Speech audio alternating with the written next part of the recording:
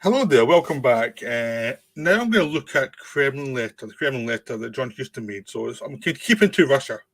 Um, this was made in 1970. It was based on a book by Noel Bem, who was written in the mid 1960s. Now the writer of this actually went on and did. He was a Broadway producer. He did some other novels and some non-fiction. He also wrote some episodes of Homicide: Life in the Street in the 90s, which got my interest. So it's based on a book that I actually bought since watching the film. I haven't read it yet, but I bought it because the film has a lot of interesting things going on in it. It's a film that's a bit too short for its own good. It needs to be a bit longer to pad it to give more information, but I think 2 hours is long they're going to let them do for this kind of subject matter. It's a film that did not do well on release. It was viewed as cold, it was viewed as dull and boring, and not what was required for a spy movie. Because there's a few spy movies made before it which had a similar idea, which was like the John le Carre adaptation of the Spy Coming from the Cold, and Deadly Affair, the Sidney Lumet film I covered last year. Those films had more respect than this one. This was a more big budget version with big stars and things like that. But it's still a fairly depressing film. So I think with the cast, people expected something flashier. And what Huston was doing in this film was to make a darker film about spies and how horrible the life was. So it got a very strange reaction. Did not do well. It was viewed as a Huston bomb. Like, it just was not treated as if it was much of anything. And basically forgotten.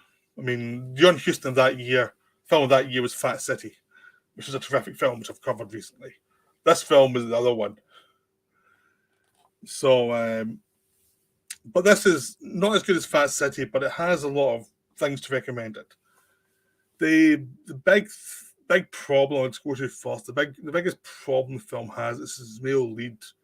He's an actor called Patrick O'Neill who never really went on to do much. He was a working actor, but he was never really a movie star. And watching the film, you can see why. He just doesn't really have the stuff to be a movie star. But maybe that's what Huston was going for, the idea of like this spy who's actually very average looking, who doesn't have the charm of a Bond or a Michael Caine as Harry Palmer. He's just a guy who disappears into the background. And the character is someone who retains a lot of information. He can memorize everything. He's just got that kind of mind. And the film is looking at what a person's actually spying, how callous do you have to be, and how immoral do you have to be. But they could have done with a stronger actor who could have brought that to the fore. I mean, the thing is, Huston worked with Stacy Keach pretty much, I think, just after this, who'd have been a much better actor for this part. The Patrick O'Neill, you're more likely to have seen him in Under Siege, where he played the captain who got killed early on.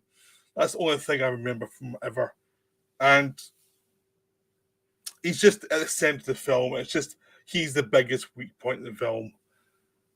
But some of it's intentional, but I think some of it is they could have done a better actor who could have actually have got the points across without feeling so in the background. Because if you look at what Gary Oldman did in Take a Tailor Soldier Spy or Alec Guinness in the TV show, they were recessive characters, but they were always interesting. And this one is less interesting than he needs to be. But as everyone else around him is a lot more interesting. I mean, the star of the show is Richard Boone as a guy who's running the operation. He's the guy from, it feels like Texas, who's always around. He's always giving advice. He's always directing everyone the way he wants them to go. He's like the old school spy master who gets what he wants. He can adapt to circumstances, but he's always got a plan of where he wants to go. And he just walks away with the film, Anytime he's in the scene, he takes the film. You also have Nigel Green as this character who's nicknamed the Whoer, and he's just a guy who has been living out in the Caribbean for a while on his money because he's fed up with the spy industry. But they offer him a lot of money to come back for this one job. So he comes along because he says, I like the money. That's it. There's also George Sanders, who's the guy who plays this gay man who's also in a spy game, and he can find a lot of the avenues that no one will admit exists in various underground worlds that he can enter that other people couldn't. So you get him because they've already worked out there's a gay element of some of the people that try to deal with. So they bring him in. Well, Nigel Green's character is much more about the female prostitutes and things. He's much more about the gay side of things. But that's just to show you, like, it's not just the James Bond stuff. There's a lot of human weaknesses and human desires and different subcultures that are not meant to exist that are actually really important to the function of the Russian society at the time. You've also got a young woman who's a safecracker who goes in with them, and she's actually sent out to work with somebody and in the underworld, the crime underworld. So she's dealing with that side. And they're all going to find this letter. This letter, which was written by somebody who should not have written it, which suggests a link between Russia and America to take down the Chinese, which of course would cause a war if it gets out. So they try to reclaim the letter, make sure it gets out, and figure out how to get it with as little damage as possible. Now, going against them is Max von Sydow as a Russian intelligence agent who's viewed as very brutal and sadistic and uncaring. You know, he'll do whatever he wants to. He'll kill people quite easily and quite happily. You've got Orson Welles as the guy who's, in charge of a lot of intelligence, and he knows something's up.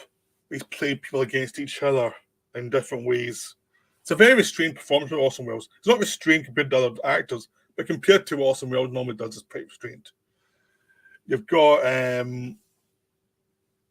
Bibi Anderson as the wife of Max von Sydow, she was married to a spy who got killed, who's transporting the letter in the first place. So Max von Sydow killed her husband and took her as his wife. And she does not want anything to do with him, but she has to survive. And she's kind of drunk and a drug addict, and she's trying to keep going. She gives probably the best performance in the film. She's really good. But the film is based on all these characters who all have a very kind of dark sense of fate and a dark sense of what human beings are capable of. They're all people who have lived fairly dark lives. They don't have much hope for the future. I mean, our lead character is hired. Basically, he was in the Navy. He's taken the Navy and put into this operation. And he's hired basically because he can remember a lot of stuff. He's the emotional distance required. And he's someone who's anonymous, who can fit in quite easily. And slowly but surely, you see him working things out. He's the guy that everyone comes to with the information in the operation. They don't know it's him. They think it's someone else who's coming from outside who's collating all. The big problem they have, which makes this film very likable, is the fact is they can't leave a paper trail. So they're trying to do things to avoid leaving a paper trail that can implicate America. Because of this is ever found out about or if ever caught, having proof, I mean, they can torture people, but that didn't give them proof. So that's all I do with spy world is it's not just not getting caught, it's like not leaving any proof that it can be used by countries against your country. So there's lots of things like that, lots of little moves made by people who do things that aren't really within the rules, but are accepted as things you have to do to within the spy world. And there's a lot of stuff going on there that really works very well, which is the kind of heart of the film. The compromises the Russians have to make, the compromises the Americans have to make, how they corrupt people. Like, they find out information about the Russians before they even leave by compromising the daughter of one of the Russian top embassy guys, because they find out that she's gay, and they actually get film up. They send an agent in to seduce her, then film it and tell the father, well, this will get leaked, and if you do what we tell you, it won't be, and we'll keep them apart from each other and stuff like that, just to terrorize them. And there's just this whole sense of this is a world where if you're not following with a straight line of what society expects from you, accepts from you, you're susceptible to blackmail, you're susceptible to anything to get what these people want. And it's a dark, dark world. And it keeps on getting darker. The film, I mean, this film has a body count. I mean, there's real brutality in the film, but it's not stuff like tons of violence on screen. It's the brutality of what happens to people and what they do and what their motivations are, and who's behind the scenes playing everybody as well. And it is a very enjoyable film. The performances are fun and cynical in a very Huston-like manner. The plot's hard to follow, but in a good way, in a sense of this is much more like what spy work would be, where there's no obvious clues. You have to decipher things on your own. One of the reasons why I bought the book is I'm interested in seeing certain things that play and explain the book, that explain the book, that won't be explained in the film. So there's lots of things there that I'm interested in. But it's very interesting. It was one of those films. Jean-Pierre Melville really liked this film. He thought it was wonderful. And it has a fan base since it was released. I think the big problem it had at the time was his lead man was not a good lead man. Like, John Huston pulled him up for this film, but he wasn't really up to the task. I think that really hurt the film, because everyone else, even if they're not like giving the greatest performances ever, they're all making a fist of it. I mean, like, there's a lot of people that Huston worked with before or after again. I mean, he worked with Van Sidder in Escape to Victory. I'm sure there's others that him. He worked with what do you call it? I've lost the name now. Orson Welles on Moby Dick. I mean, Huston worked with. He didn't use the same people all the time, but he always seemed to always be in good standing with people and bring them back for different things. So, I mean, Huston famously was in Orson Welles' film, The Other Side of the Wind. So, Huston kept in contact with a lot of people. So, the cast is terrific. Everyone's having a good time, it seems, playing these cynical characters. It's just the film doesn't have the momentum that's expected of. It's a spy movie in that time. For me, it's actually more interesting because it is a spy movie about spies and how horrible and dingy it really is, and how the information might be meaningful, might be meaningless, and how all this thing takes place because someone made a stupid mistake, which is much more realistic than a lot of the spy plots you get. Usually spy plots are ridiculous from the start, from what they're trying to get hold of tends to be unrealistic and silly. This one, it's caused by a bit of stupidity with someone who should know better, but that's much closer to life than anything else. So it's definitely worth seeing. I saw it in streaming.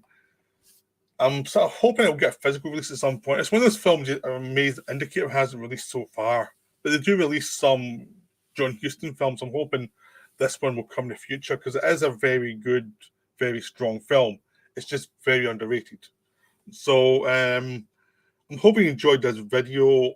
I'll be back with another soon. I'll see you then. Bye.